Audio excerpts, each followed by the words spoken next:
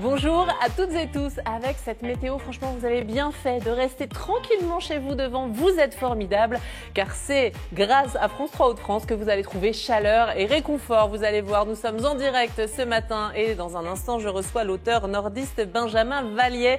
Il vient à l'occasion de la semaine de la francophonie et de la langue française vous présenter ses différents ouvrages consacrés au langage. Vous verrez que c'est un passionné et qu'il aime particulièrement les calembours.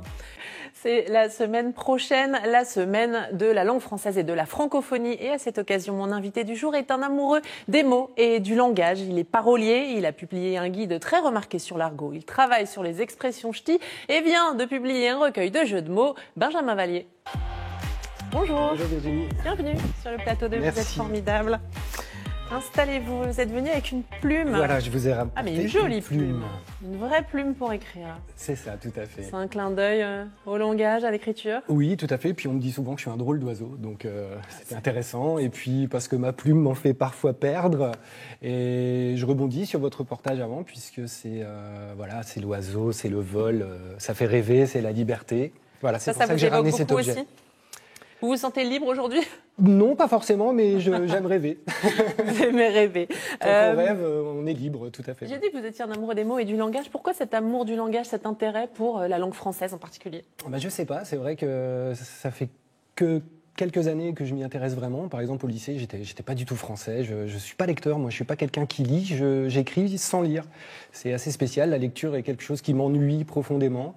Et vous dites aussi que vous voulez pas vous donner des prérequis en lisant ce que font les autres. Ça vous laisse un... Oui, c'est ça. Bon, à la base, moi, je fais de la musique, donc c'est vrai que j'écoute beaucoup de musique et on voit que on fait un peu ce qu'on écoute. Et pour l'écriture, je veux pas forcément avoir de prérequis.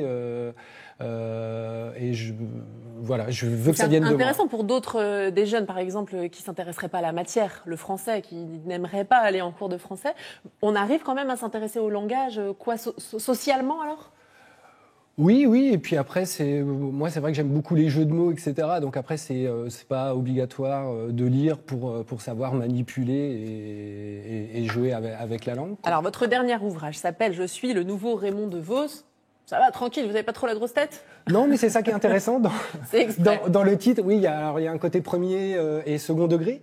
Donc il y a le second degré qui est « Je suis le nouveau Raymond DeVos » et le côté premier degré, entre parenthèses, en moins bon, en moins riche, en moins gros, en moins connu, mais en moins mort. Donc je ne suis pas le nouveau Raymond DeVos, mais par contre je suis moins bon que lui, je suis moins connu, mais je suis moins mort. Votre idée, c'est d'attirer le regard par ce titre? Oui, tout à fait.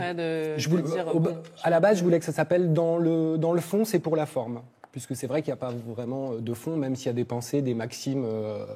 C'est plus jouer avec les mots, c'est ça? Tout à fait, ouais. Là, c'est amuse. plus la forme qui compte. Donc avec des mots à sens double?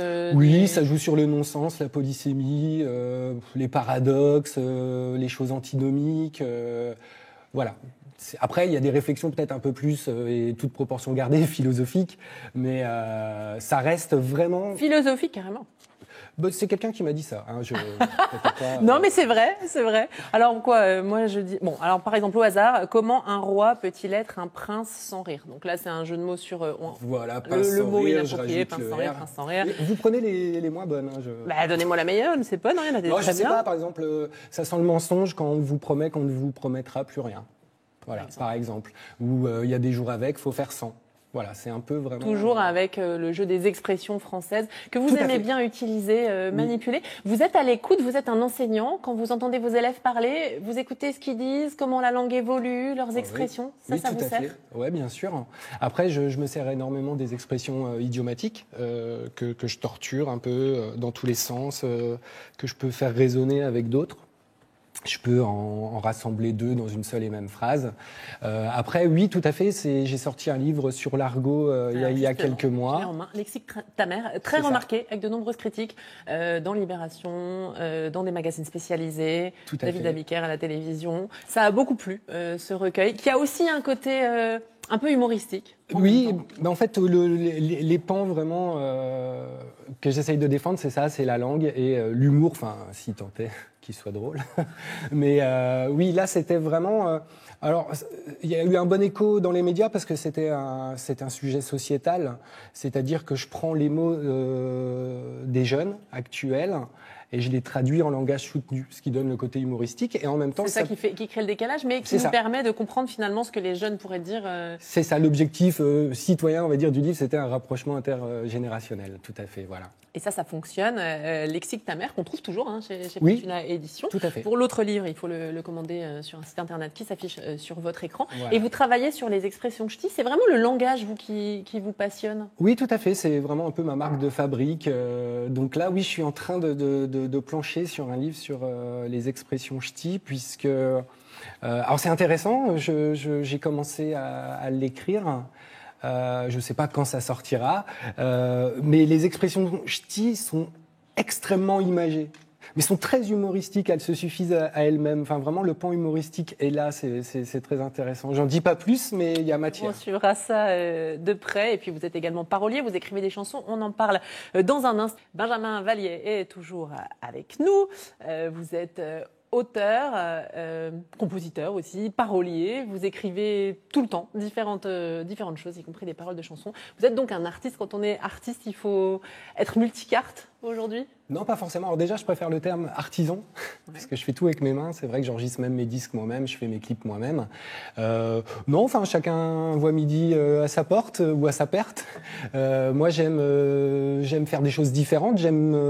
Bon là, mes livres, c'est assez humoristique. Après, j'ai des projets aussi musicaux humoristiques, second degré, impolitiquement corrects. Après, j'ai des choses beaucoup plus poétiques, toute proportion gardée, des trucs plus dépressifs, je dirais dark, sombre, de musique de train fantôme. Et je pense que je suis tout et son contraire. Je suis aussi joyeux que triste, donc je mets tout dedans. Vous êtes un artisan, vous le dites, vous êtes un rêveur aussi. Vous dites que votre devise, c'est continuer à rêver. Pour vous, ça c'est important? Oui, tout à fait. Oui. Il y a aussi cette phrase dans mon école qui a été placardée, taguée au mur, une phrase de Mandela qui dit qu'un gagnant, c'est un rêveur qui n'abandonne jamais. Je trouve que dans cette espèce de société un peu complexe, même si on ne réussit pas, c'est pas forcément un échec. Je trouve ça intéressant. Travailler avec des élèves en difficulté, donc encore plus besoin de les encourager. Tout à fait, oui. Oui, c'est ça. C'est pour ça que cette phrase fait écho. A toujours fait écho en moi. J'aime qu'elle soit inscrite dans l'école. Vous dites que votre plus gros défaut, c'est l'impatience, et vous m'avez même dit je suis impatient de guérir de l'impatience. Ouais. Quand je vais chez le médecin, je suis impatient qui est impatient de guérir son impatience. Voilà. Ça vous dessert? Ou vous arrivez quand même à gérer? J'arrive à 42 ans, donc je commence à essayer de le gérer. Mais oui, je pense que ça doit me desservir. En fait, vous êtes tellement impatient que vous travaillez sur plein de choses à faire. Vous avez combien de projets de livres dans votre ordinateur en ce moment? Oula, j'en ai déjà quelques-uns qui sont déjà terminés. Il y en a un qui sort à la fin de l'année qui s'appelle La gratuité, ça n'a pas de prix. Chez Fortuna Éditions aussi. Qui avait sorti déjà Lexique ta mère. Voilà, tout à fait. Après, j'ai d'autres projets. Après, je travaille aussi, je collabore avec des chanteuses. Pour lesquelles vous êtes parolier. Tout à fait, voilà. Alors, soit j'écris des textes pour elles, soit on les écrit ensemble, on collabore. Ça, c'est très intéressant d'écrire pour les autres. C'est quelque chose qui me plaît énormément. Et vous dites que ce qui vous inspire, c'est l'observation. Vous êtes toujours à l'affût de quelque chose? Vous prenez des notes tout le temps ou vous emmagasinez dans votre tête? Ouais, j'emmagasine. Après, par exemple, pour écrire ce livre, Je suis le nouveau Raymond Devos, je me mets pas devant mon écran d'ordinateur en me disant j'écris. Non, c'est...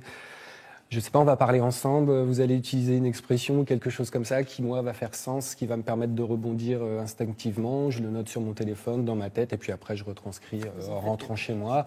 Après, j'ai des livres de plus longue haleine, évidemment, où là, je dois me faire violence parce que je suis quelqu'un d'assez hyperactif, et donc où je dois rester calme devant mon ordi. Un questionnaire, Benjamin. Quelle couleur? J'adore le rose fuchsia, donc je vais prendre le fuchsia. Donc le plus ou le moins, est-ce que vous êtes prêt? Je suis prêt. Il a dit qu'il était prêt, alors on y va pour le plus ou moins de Benjamin Vallier. Il est plus ou moins prêt. Ce qui vous séduit le plus chez les gens? Chez les gens, leur simplicité. Est-ce que vous aimez le moins? L'esprit de compétition. Le réseau social que vous utilisez le plus? Facebook. Facebook, c'est une réponse. Ce dont vous avez le plus honte? Ce dont j'ai le plus honte, des gens qui ont l'esprit de compétition. C'est que la musique que vous écoutez le moins, le style de musique que vous... Le free jazz. Est-ce que vous écoutez le plus alors? En ce moment, je dirais du rap. C'est vrai? Sinon, ouais, le punk rock. Mais je suis assez... Vous écoutez des rappeurs de chez nous, que Black, NASA, de Picardie, ça vous parle ça? Non, ça me parle pas trop, mais je faisais un groupe avec JB qui était guitariste de Marcel et son orchestre, un groupe qui s'appelait Mascarade, et on invitait autant des gens qui viennent du métal que du rap, et on a invité un rappeur qui est excellent, qui s'appelle E-Will, et qui fait partie du groupe La Jonction. Donc oui, moi tout me parle, j'adore les cultures souterraines entre guillemets, même si le rap tend à devenir mainstream. Donc ouais, je dirais du rap parce que je trouve que les nouveaux auteurs sont là. Merci beaucoup Benjamin d'avoir répondu à toutes ces questions, d'être venu sur notre plateau.